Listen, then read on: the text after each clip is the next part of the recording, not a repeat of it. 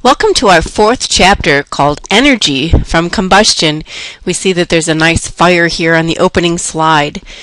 The purpose of burning, obviously, is to release heat energy. And through the years, ever since our ancestors roamed the earth, we have been burning things such as wood and coal to release heat, to not only heat our homes, but to also cook food and pretty much sustain life. So we know that energy has been harnessed from the burning of fire. Combustion is what this process is called, and in the modern fuels, such as coal and how we use coal in power plants, we generate something called electricity. So our focus here is to really look at gasoline, for instance, and how we run our cars, or natural gas or heating oil to heat our homes. Sometimes we use propane or charcoal, wood to cook our food, and our summer barbecues. We might even light a candle for dinner and burn wax. So when you hear burning, we often think of the term combustion. To combust, we'll soon remember, means to take some sort of fuel, typically a hydrocarbon, which has a general formula of C sub X, H sub Y, and to burn requires oxygen. So that molecular form of oxygen, O2, and out comes carbon dioxide, which is in a gaseous form, and of course water.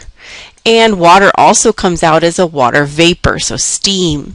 But what also is released is a form of heat called energy, E-N-E-R-G-Y, energy. And this is the whole reason for burning, is to release this heat energy trapped inside the chemical bonds of these hydrocarbon fuels. So of just a general area of what we call fuels is a hydrocarbon. And there'll be many different sources of these fuels as we begin our discussion. So what do you think of when you see the term energy? Perhaps the energy coming from a gas tank, putting fuel into our car. This type of energy is a molecule known as octane, and some additives, O-C-T-A-N-E is octane. Here we have methane, which is natural gas, I'm assuming, unless this is burning propane. That's in a charcoal might.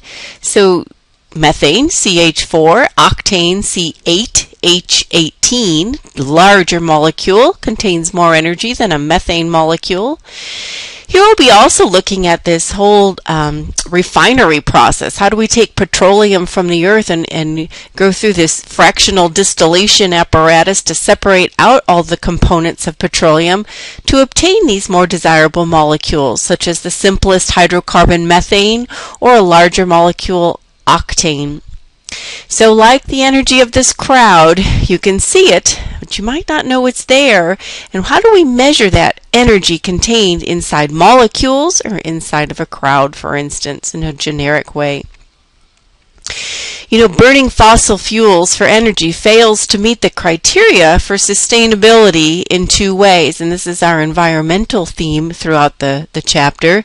If we have these very non-renewable resources, which fossil fuels are non-renewable, what are we doing to the environment? And it takes us back to this opening slide. We don't inherit this land from our ancestors. We borrow it from our children. And that is from an Indian tribe from the Lakota Sioux proverb. Thinking about that non-renewable biofuels that we've been using, known as petroleum, the fuels themselves take hundreds of millions of years to produce. They are considered non-renewable. The waste products from our combustion also have been known to create adverse effects on our environment. I mean, my goodness, we just finished a whole chapter on carbon dioxide, CO2 molecules, and the environmental impact of rising carbon footprint, and increasing these concentrations, of course, is increasing global warming. And so we have to consider that effect as well as we consider, the continuation of burning these fossil fuels. So in our chapter, we're going to describe fuels and their characteristics. We'll learn what happens inside of a power plant. We'll talk about energy transformation. We'll talk about the first law and second law of thermodynamics. Energy cannot be created nor destroyed, but just transformed into one form from another. How do fuels differ, and how do they differ in their heat content? We mentioned octane versus methane. We'll learn how to write chemical reactions that describe energy release. Energy release is called exothermic, or if an energy molecule is absorbed, energy is absorbed during the process of chemical change, the absorption of energy would be known as endothermic. And the last section you'll look at is on biofuels. Biofuels is an alternative type fuel to the petroleum, and it says advantages and disadvantages as well. And that would wrap up your part of the last section of your chapter. So if we begin just kind of considering in that first section of our chapter, fossil fuels and electricity, section 4.1, we'll look at how do electrical power plants actually produce electrical energy and what really goes inside of them. So if we consider just a general idea, we have coal, and coal is just a form of carbon, usually mined from the ground.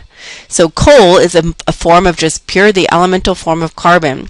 And when it combusts, it releases heat. So to combust in a pure form means that we will add oxygen and out comes carbon dioxide, but in that process is also going to release heat energy.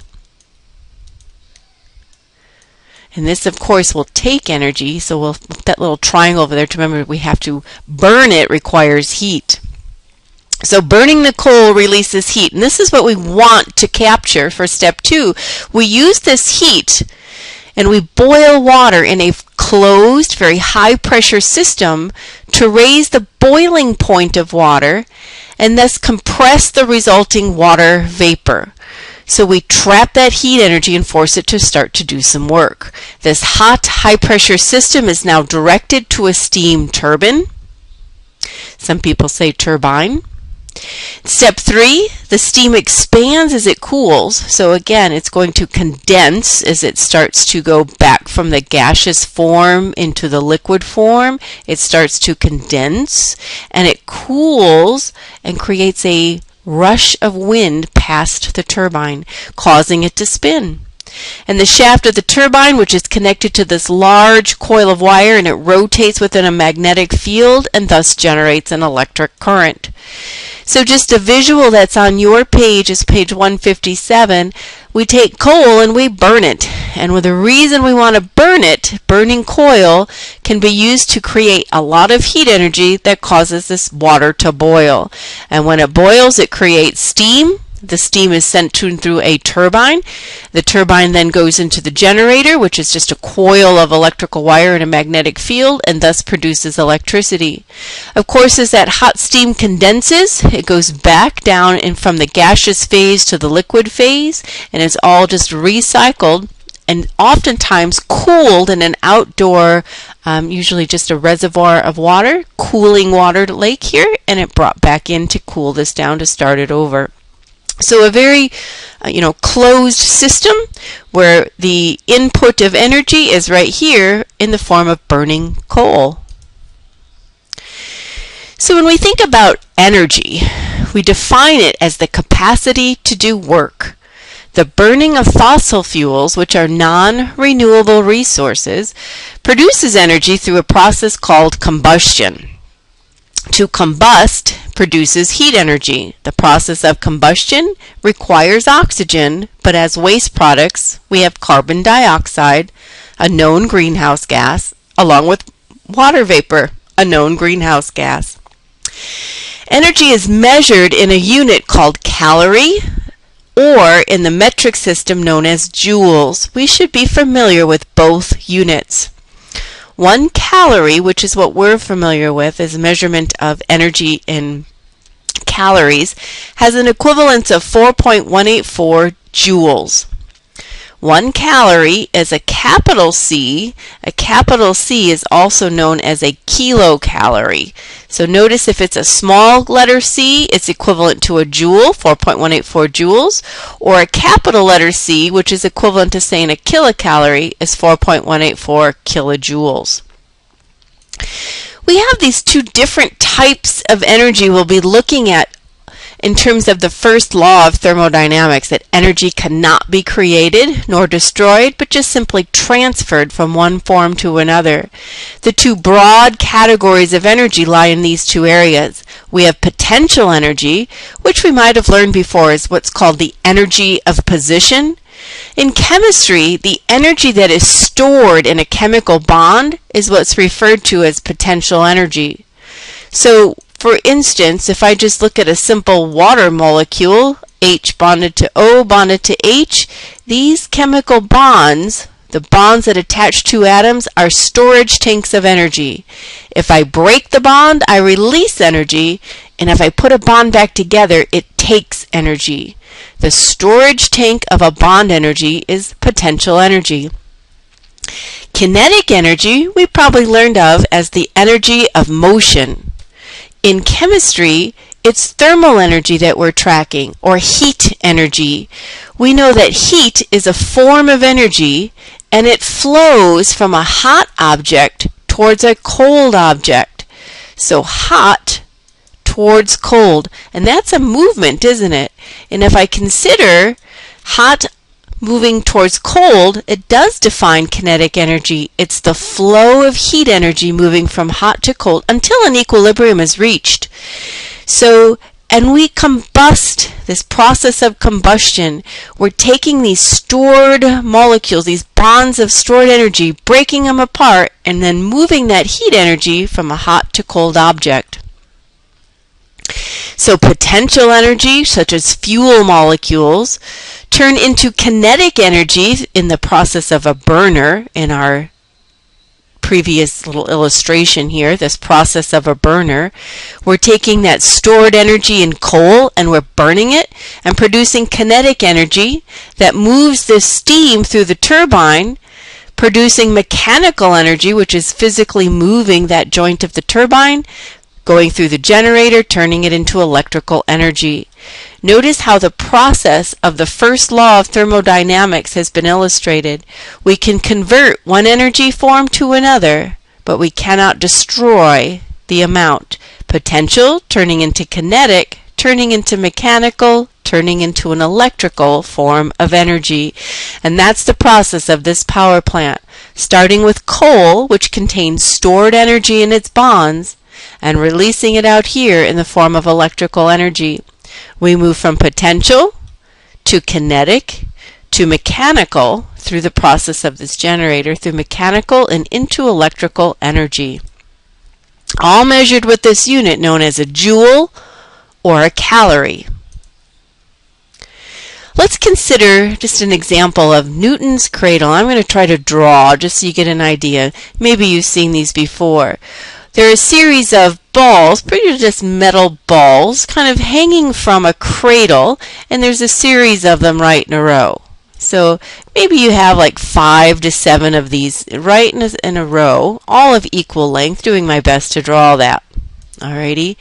And so now they're all at rest. Alrighty, so no energy in the system at the moment. But let's say I take one with my hand and I bring it back. What's happened to the energy that this ball now possesses? Well, clearly you see now it would be defined as potential energy. When the ball is first lifted, it has potential energy, energy of position. When I release the ball, so it goes back this way, it strikes the next one in the row. This now, when I release it, has turned into kinetic energy. We've transferred from potential to kinetic.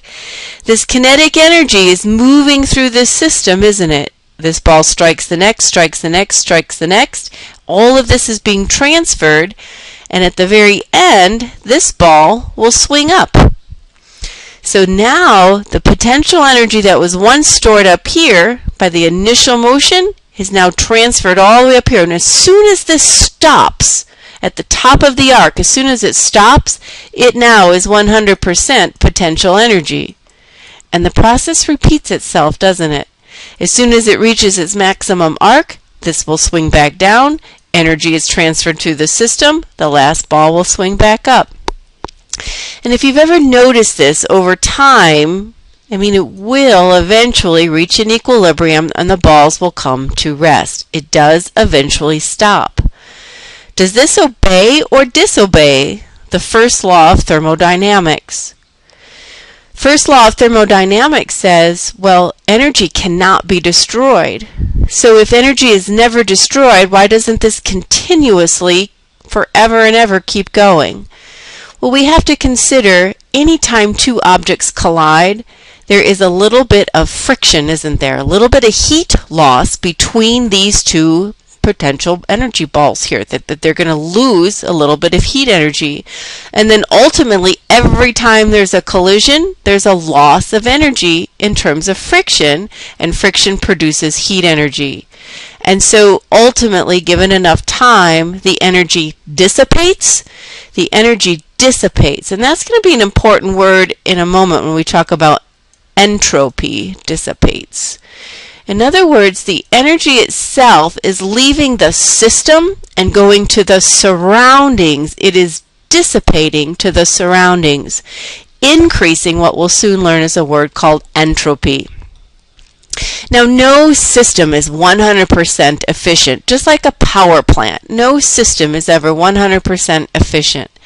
Newer power plants have pushed efficiencies nearly to 90%, but most of the power plants running today are about 35, maybe 40% operational in terms of efficiency.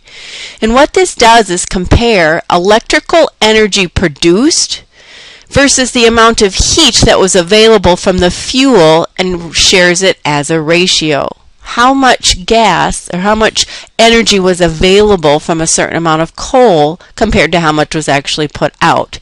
So we're looking at maybe an example to help clarify. And this is coming from your text as well. If you wanted a page number, it is around page 160. It says, if it takes 3.5 times 7 power, 3.5 times 10 to the 7th power kilojoules of heat energy to warm a house every year, how much coal would be burned if the power plant had a rating of 37% efficiency? That's pretty typical of today's older running plants, older power plants. We have one here in Mississippi, I know, is working to increase their efficiency. I have one at home in Michigan that is getting ready to be torn down because this is what it's capable of doing, and we can build a better model. What we also need to be told is that 1 gram of coal releases on average, depending on its purity, about 29 kilojoules of heat energy. If coal is very pure, you can get it up to 30 kJs of heat, just depending upon the coal sample itself. But we'll use 29 kJs of heat. So what do we know? Well, we know that we need to figure out the energy required to produce at the power plant, and it's only running at 37% efficiency. That efficiency was what we said was 37%. Alrighty. We know that we also need this much to heat the home. We need 3.5 times 10 to the 7th kilojoules to actually heat the home every year. How much energy had we better plan on making, knowing that it's only 37% efficiency? So this is what our target variable is. This is the target variable in our equation. So when I actually solve that on the calculator, you would use 3.5, and then I use my scientific notation key. I go e power of 7, and I'm going to divide that by 0.37. Hit equal. Now let's talk about that. This is my given quantity. So this is what I hit first, my given. This times 100, and this percent, what I'm going to do is just divide both sides by 100 to get rid of that percent sign, and that's where the 0.37 comes in. It really was just a shortcut in remembering 37 over 100 is 0.37. So I just saved myself doing that on the calculator. I eliminated the times 100 by moving the decimal 2 spots and placed the decimal here. 3.5 times 10 to the negative 7th divided by 0.37 gives us this answer. Please test it on your calculator and verify that you're hitting that in the proper sequence. When the variable is on the bottom, remember that 0.37 and the variable just change places. That's just straight algebra. So 3.5 times 10 to the 7th divided by 0.37 equals x. And x should come out to be 9.5 times 10 to the 7th power. Here's what that's saying. You know, this is how much energy is needed to heat the home, 3.5 times 10 to the 7th power. But I need to make sure I'm actually supplying at the power plant. I need enough coal to burn and create 9.5 times 10 to the 7th because I'm only retaining 37% of the energy. It's quite a bit of loss, isn't it? Well, now we can use our little ratio to figure out if this now is what we need from the power plant to be produced, knowing that it only ends up with 37% of it. I know that 1 gram of coal produces 29 kJs. Notice how kJs cancel. And so just on your calculator, the key sequence, 9.5, E7, divide by 29, and this is going to get you to grams of coal. When you hit that, I bet your screen says 3.3 times 10 to the 6 grams of coal. That's 3.3 million grams of coal per household to heat on an average year.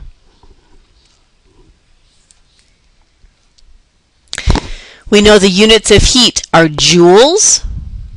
It is defined as the amount of energy required to raise 1 kilogram 10 centimeters against the force of gravity. This is what we refer to as the metric system unit for heat, the international system. We're more familiar with calories. We had food calories, for instance. If this donut had 1,000 calories, it typically is reported as kilocalories, and you'll see that on any dietary label it has a capital C for calories. If you have a 450 calorie donut, it's really 450,000 calories. So this slide is just reminding us of that equivalent values of joules to calories. And you'll be asked some of those types of questions on your sapling we'll look at in just a moment. You know, let's just take a moment to define heat versus temperature. We know that heat is an energy. Energy has any capacity to do work. Heat is moving. It flows from a hotter object to a colder object. Heat is a form of kinetic energy by definition. Temperature determines the direction of heat flow. We have different scales that we measure heat flow. We have the Fahrenheit scale, which we're familiar with in everyday life, but not as a scientist. We have the Celsius scale, and we have a temperature scale known as the Kelvin unit. Fahrenheit, Celsius, and the Kelvin unit are the temperature scales that we measure heat flow from a hot object to a cold object. The scale, that says. So, if we think about the process of the first law of thermodynamics, it simply states the energy of the universe is a constant. It cannot be created nor destroyed, but simply converted from one form to another. If we take an example of photosynthesis versus combustion, here we have, in the process of photosynthesis, the reactants would be carbon dioxide and water with the presence of heat and light from the sun. That solar energy is storing potential energy during photosynthesis. So this is our activation energy, and this process is occurring in green plants in the chlorophyll molecule.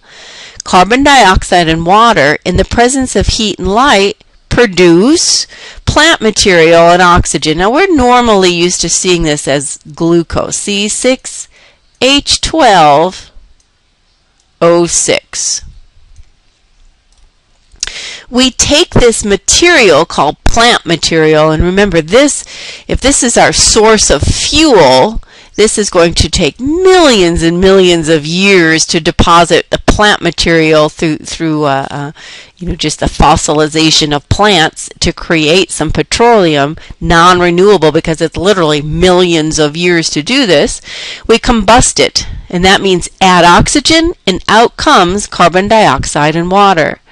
See how one is a potential energy builder and one is a potential energy user. This would be breaking apart bonds, and this would be building bonds. Opposite processes. And if we visit that Newton's cradle over again, we would never expect that cradle to start up on its own. That wouldn't make sense. If we had, if it were to occur, what has to happen is all of that energy that was dissipated would have to be gathered back together. And there's no way, once that energy has left the system to the surroundings, that we can gather it back.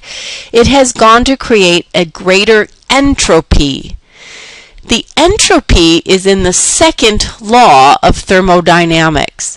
And in a general statement, it simply says, the entropy of the universe is constantly increasing.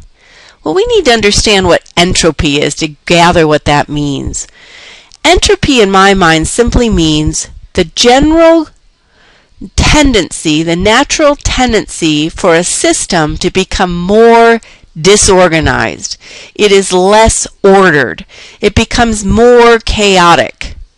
That it takes energy to organize. That's not a natural tendency. Things want to become more disorganized.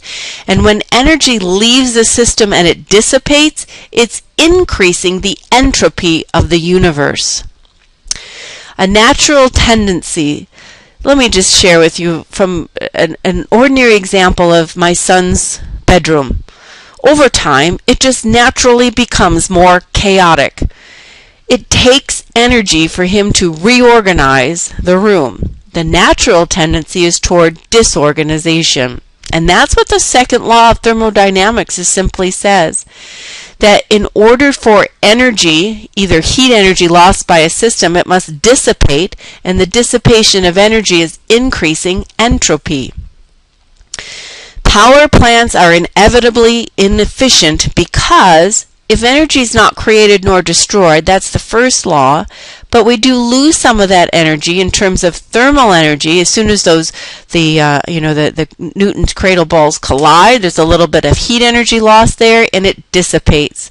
When it dissipates, we increase the entropy of the universe. There is no free lunch. Every time something is colliding, something is going from one form to another, you have just a little bit of loss.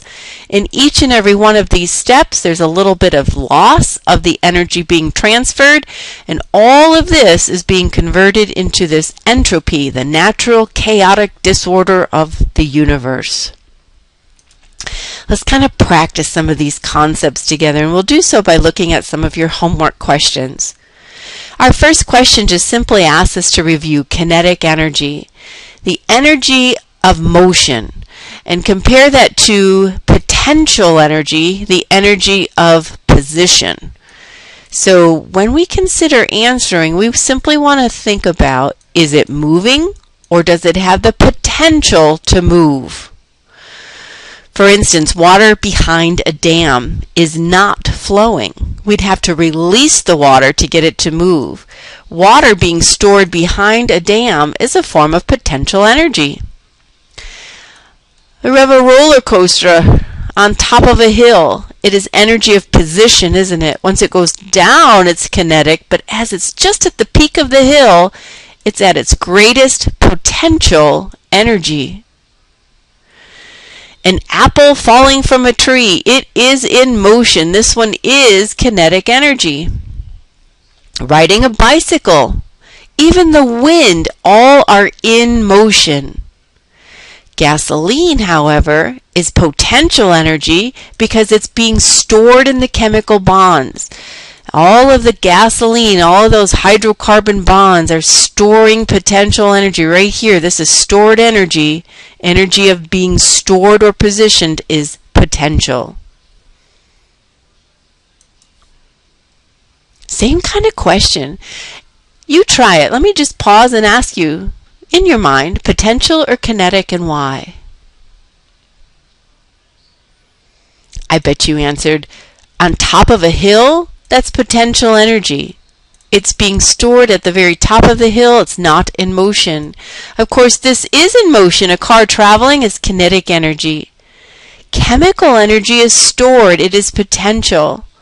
A falling rock definitely is in motion. How about the compressed air tank? That's potential. I have to release the pressure to do work. Once it's being stored in that air tank, it's still potential. You're doing well. Good work. Here we have some conversions, don't we? If we have 9.48 kJs to a joule, all I need to remember is that I want kJs to cancel, and I want to go to the joule. The larger unit is the kilo, and it takes 1,000 joules to equal a kilojoule. I'm going to simply slide that decimal over 3 spots, aren't I? That's not 0.48, my bad. 948. We'll repair that quickly for us. I don't want you to make a mistake on your homework. 948 times 1,000. What if we had 2720 kilocals to kJs?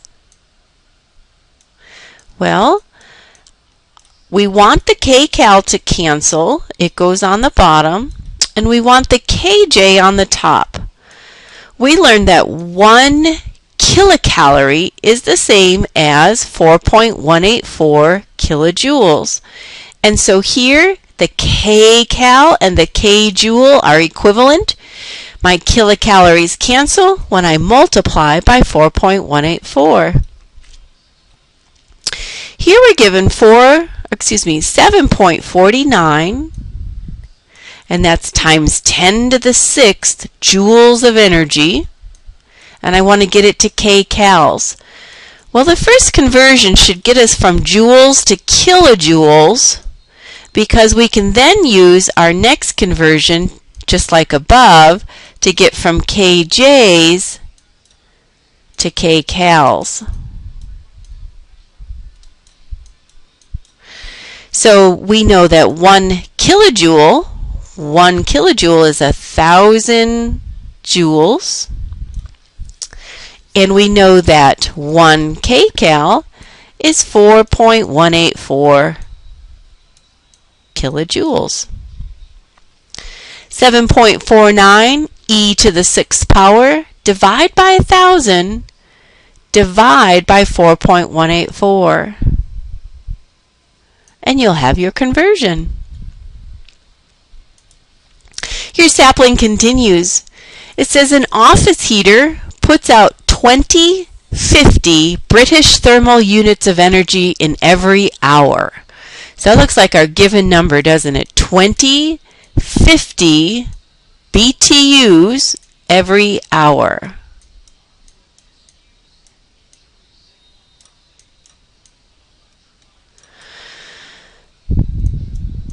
It also tells us that 1 BTU is equivalent to 1.055 kilojoules. How many megajoules of energy are in the form of heat per year? All right, well, let's tackle mega. You know, that's the first word I see. Mega is actually 10 to the 6th power, like I have a mega ball lottery, 10 to the 6th power. From kilo, which is 10 to the 3rd, to mega, which is 10 to the 6th. This is your kilo, this is your mega. Notice how there's 3 decimal places. So it would take 1,000 kilojoules to equal 1 megajoule. So the kilos then canceled. So far here's what we have. BTUs, step 1, were gone. kJs now are gone and we're at megajoules. Kilo is 1,000, mega is 1,000,000. The difference there is 3 zeros. It takes 1,000 kilos to equal the mega. Now we need to tackle this. We have an hour, but we have to get it into a year. Well, I don't know how many hours are in a year, but I can kind of get there. I know there's 24 hours in a day. And I know that there's 365 days in a year. And if I go back and consider what's canceled, I got hours to go, I got days to go, and I have MJs, which is megajoules, in a year. So you'll hit that as 2050 times 1.055, divide by 1,000, times 24, times 365. What'd you find?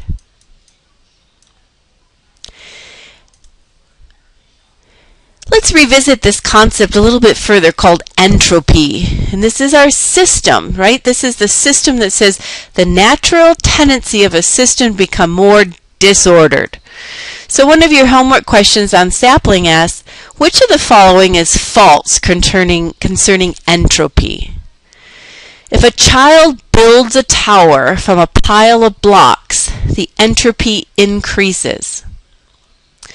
A candle burns to heat the surrounding air. The entropy increases. A layer of salt, then a layer of salt, then a layer of pepper are placed in a jar and shaken. A log in a fire burns to form ashes. Now 3 of these 4 become more chaotic. 1 becomes more ordered. The natural tendency is to become disorganized.